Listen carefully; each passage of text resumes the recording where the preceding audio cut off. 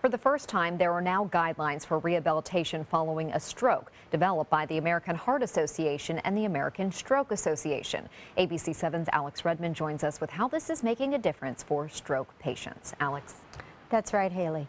Many people survive a stroke with some level of disability, and there's increasing evidence that rehabilitation can have a big impact on the survivor's quality of life, and even more so when the rehabilitation is inpatient care.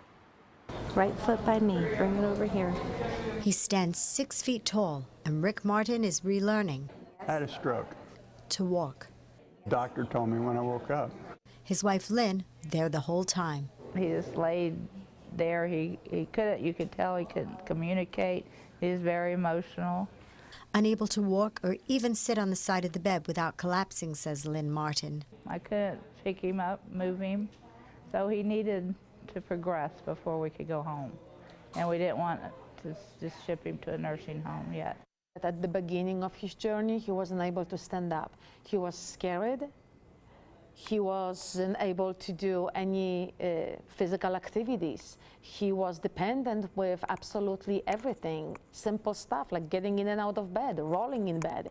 He couldn't do it. Previous guidelines focused on medical issues involved in the initial management of stroke. For patients that are not going to come to inpatient rehab, there is a great risk of falls.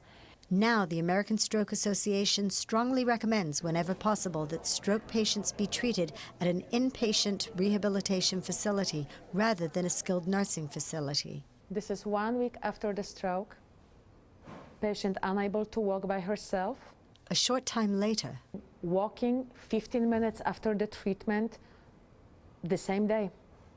Polivchek says that there's a difference in the outcomes because there's a team of clinicians that specialize in stroke, and therefore people are able to go home much faster. Yeah, it starts out slow at first, but then it just picks right up before you know it.